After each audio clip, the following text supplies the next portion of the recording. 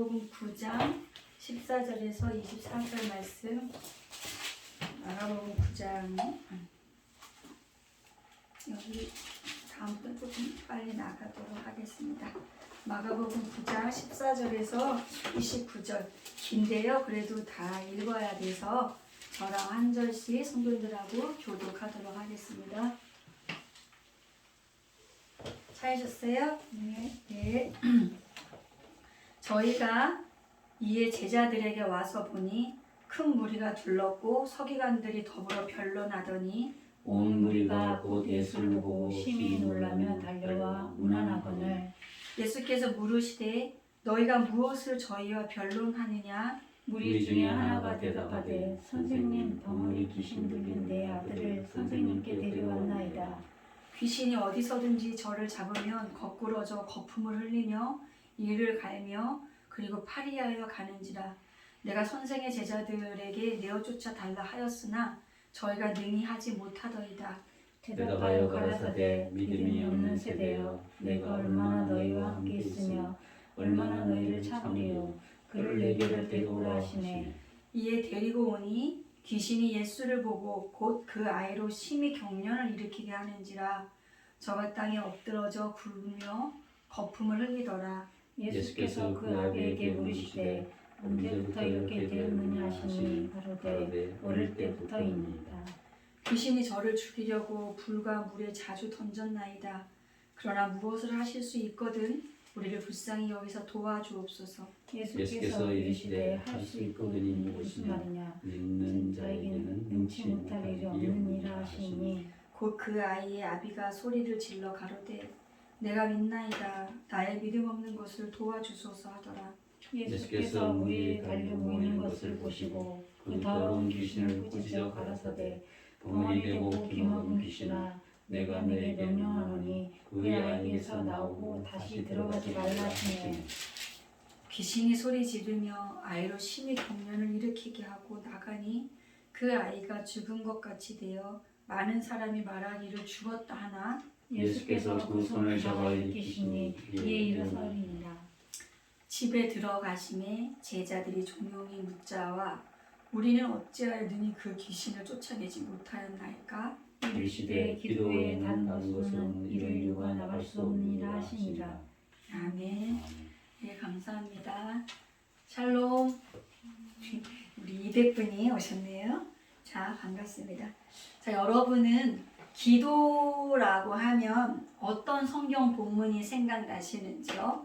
저는 기도라는 말을 들을 때 그 사무엘 선지자가 이스라엘 백성들을 위하여서 기도를 쉬는 죄를 내가 범하지 않겠다고 했던 그 고백과 그래서 제가 늘 찔리고 떨리죠. 우리 성도님들을 위한 기도를 쉬는 죄를 종종 자주 하는 저니까.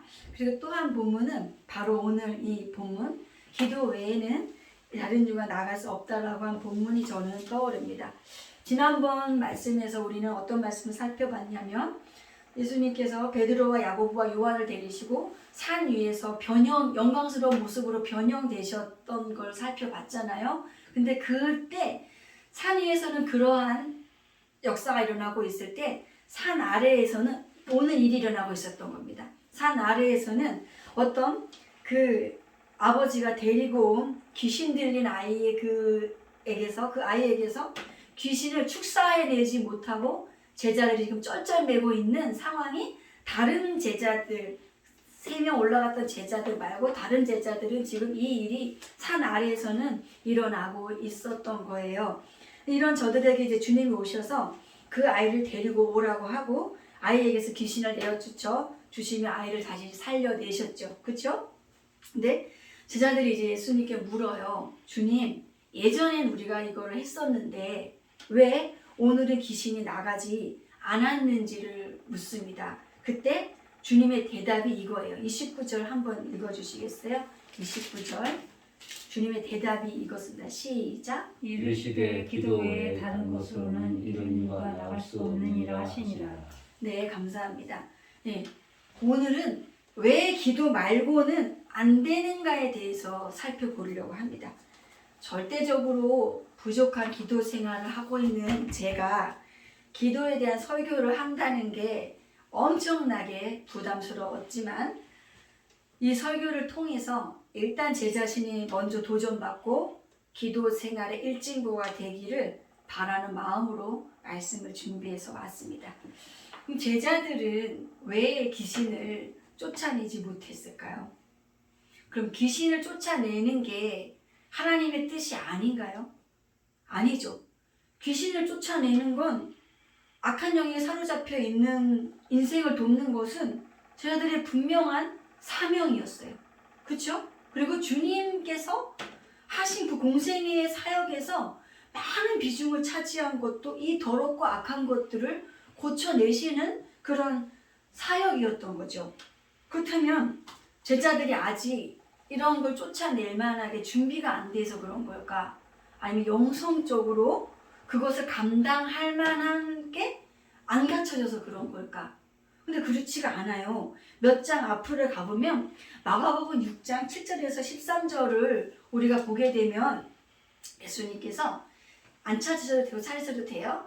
제자들을 12제자들을 둘씩 짝지어서 제자들을 보내실 때 어떻게 하셨냐면 그때 그냥 보내신 게 아니라 귀신을 쫓아내는 권능을 주셔서 파송을 하셨단 말이에요. 그리고 그때 제자들이 정말 많은 귀신 축사 사역을 합니다. 그런 권능을 받고 나가서 둘씩 가서 전도 여행을 하면서 많은 어둠의 세력들을 몰아내는 사역들을 했다는 말이에요. 근데 이 마가복음은 시간의 흐름에 따라서 기록된 로드무비식 기록 방식이라고 제가 말씀드린 적이 있죠. 그러니까 마가복음 6장의 그 사건은 오늘 이 9장의 사건보다 먼저 일어난 일이란 말이에요. 그러니까 예전엔 했어요. 예전엔 제자들이 했는데 오늘은 이렇게 고통받고 있는 이 아이를 오늘은 왜 도와주지 못하고 안 되냐는 거죠. 주님의 대답은 너희가 기도가 없었다는 거예요. 기도가 없었다는 거. 왜 기도여야만 하는지 몇 가지 이유를 오늘 살펴보겠습니다. 자, 여러분, 첫째는 우리의 싸움이 혈과 육에 대한 싸움이 아니라 악한 어둠의 영들에 대한 싸움이기 때문입니다. 우리 눈에 보이는 것에 대한 싸움이 아니기 때문입니다. 눈에 보이지 않는 세계, 영적인 세계에서 일어나는 싸움이기 때문입니다. 그래서 기도여야만 하는 것입니다. 그렇기 때문에 제자들이 오늘 이 현장에서 실패한 것입니다. 과거에 내가 어떤 것을 했다고 해서 그 과거의 경험이 통하는 세계가 아닙니다. 이 영적인 세계는 많은 경험이 승리를 보장해 주지 않습니다. 은밀한 곳에서 하나님과의 기도가 없을 때 공개적인 곳에서 실패하는 결과를 오늘 보여주는 좋은 예입니다. 자, 그러면 또 왜 기도여야 하는지 또 다른 이유를 보겠습니다. 이것은 배워서 되는 일이 아닙니다. 이 영적인 세계의 일은 사도행전 19장을 보시면요, 안 찾으셔도 돼요. 제사장 스게와의 아들들이 그 귀신을 쫓아내야 하는 그 상황 속에 직면합니다. 근데 그 스게와 아들들이 가만 보니까 바울이 했던 거를 봤어요. 바울이 했던 걸 보니까 바울이 예수 이름으로 귀신아 나가라, 예수 이름으로 더러운 거다 떠나가라, 이런 걸 봤겠죠. 그래서 아하, 바울이 저렇게 한 거 보니까 우리도 그러면 예수 이름으로 뭐 하면 되겠지 하고 그 스게와의 아들들이 귀신을 쫓아내야 되는 상황에서 예수 이름으로 막 이렇게 했어요. 근데 결과는 참담했어요. 오히려 귀신이 뭐라 그러냐면은, 야, 내가 바울도 알고 내가 예수도 알아. 그래 너는 누구냐? 못 쫓아냈어요. 그러니까 이거는 꼼짝도 안 하는 거예요. 그러니까 배우고 흉내 낸다고 되는 것이 아니에요. 은밀한 곳에서의 하나님과의 기도의 관계가 없으면 안 된다는 것입니다. 안 됐어요. 예수의 제자들이라고 해서, 과거에 많은 경험을 했던 제자들이라고 해서, 목사라고 해서, 장로라고 해서 집사라고 해서 우리 성도들이라고 해서 그 직책에 따라서 그 명령에 고개를 숙이는가 하면 그게 아니라는 것입니다. 오직 악한 영을 쫓겨가게 하는 것은 기도 말고 없습니다. 여러분, 악한 영들은요, 이 더러운 영들은 대단한 세력을 갖고 있어요. 힘이 없지 않습니다. 힘이 있어요. 여러분, 욥기에서 욥에 일어났던 일 아시죠? 사탄이 흔들기 시작하니까 하루아침에 욥의 모든 재산이 날아갔어요. 그렇죠? 그리고 사탄이 흔들기 시작하니까 하루아침에 욥의 모든 자녀들이 죽어요. 그리고 사탄이 흔들기 시작하니까 욥의 머리부터 발끝까지 병이 나요. 사탄이 흔들기 시작하니까 말이죠. 악한 영이 역사할 때 이런 일들이 일어난다는 것입니다. 우리가 싸우는 싸움이 이러한 힘을 갖고 있는 영에 대한 싸움이라는 것과 이 싸움을 대항하는 무기는 오직 기도라는 것입니다. 베드로가 예수님을 3번 부인할 때를 한번 가볼게요. 베드로가 이제 주님이 잡혀가시고 어떻게 되나 보려고, 주님이 어떻게 되나 보려고 그 빌라도 법정에 몰래 숨어 들어갑니다. 같이 그 불도 쬐지요. 근데 한 작은 여자아이가 너도 저 예수와 같이 있던 예수당이다. 그래서 베드로가 아니다, 무슨 소리냐, 난 절대 아니다고 하면서 저주까지 하면서 예수님을 부인하죠. 근데 부인할 때 우리가 생각할 때 베드로가 그 상황을 모면하기 위해서, 살기 위해서 그렇게 한 것처럼 보입니다마는 실상은 누가복음 22장 31절 32절과 맥락을 연결해서 보면요, 예수님이 뭐라고 하시냐면 시몬아 시몬아, 사탄이 밀가불 흐듯 하려고 너를 청구했다라고 하십니다. 그 베드로가 주님을 3번 부인하게 된 것도 이미 사탄의 계획 속에 베드로를 흔들려고 계획되어 있었다는 거예요. 그런 베드로를 위해서 주님이 하신 일이 뭐냐면 베드로의 믿음이 떨어지지 않기 위해 기도하셨다는 거예요. 그래서 그 주님의 기도로 베드로가 그 사건으로 인해서 무너지지 않고 다시 베드로가 돌이켜 회개하고 중요한 초대교회에 없어서는 안 될, 정말 우리가 알고 있는 그 베드로가 된 것입니다. 사람을 살려내는 사람이 된 것입니다. 여기서 중요한 건 베드로가 주님께서 그 청구된 베드로를 위해서 사용하신 방법도 그 능력의 장중에 붙잡아 두시는 그게 아니라 베드로를 위해서 기도하셨다는 거예요. 주님도 그걸 하셨다는 겁니다. 자, 여러분, 넘어지고, 오늘 본문에 보면 이 아이는 넘어지고 자빠지고 물에도 불에도 뭐예요?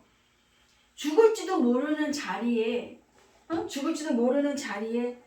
그런 삶의 자리에 자기를 그냥 내어 던지는 아이잖아요. 이 아이를 무식한 아이라고 하지 않고 귀신 들린 아이라고 밝히고 있어요. 귀신 들린, 악한 영에 들린 아이라고 밝히고 있어요. 듣지도 못하고 말하지도 못해요. 부모의 말을 듣지도 않고 부모와 대화하지도 않아요. 아무 곳이고 죽을 줄도 모르고 자신의 몸을 던져넣는 이 아이는 지금 제정신이 아닌 거죠. 자기 정신으로 사는 아이가 아니에요. 무엇인가에 강력한 지배를 받고 있는 거예요. 그죠? 그 아이를 지배하고 있는 게 악한 영, 더러운 영입니다. 더러운 영. 이것이 혈과 육의 문제가 아니라는 거예요. 이 가운데서, 이 묶임에서 벗어내게 할 수 있는, 이 묶임에서 이 아이를 풀어낼 수 있는 것이 오직 기도뿐이라는 겁니다. 자, 여러분, 하나님은 우리에게 여러 가지 모습으로 나타나십니다. 그때마다 우리가 하나님을 부르는 이름이 달라졌어요. 예를 들면은 우리가 이제 우리보다 앞서 가셔서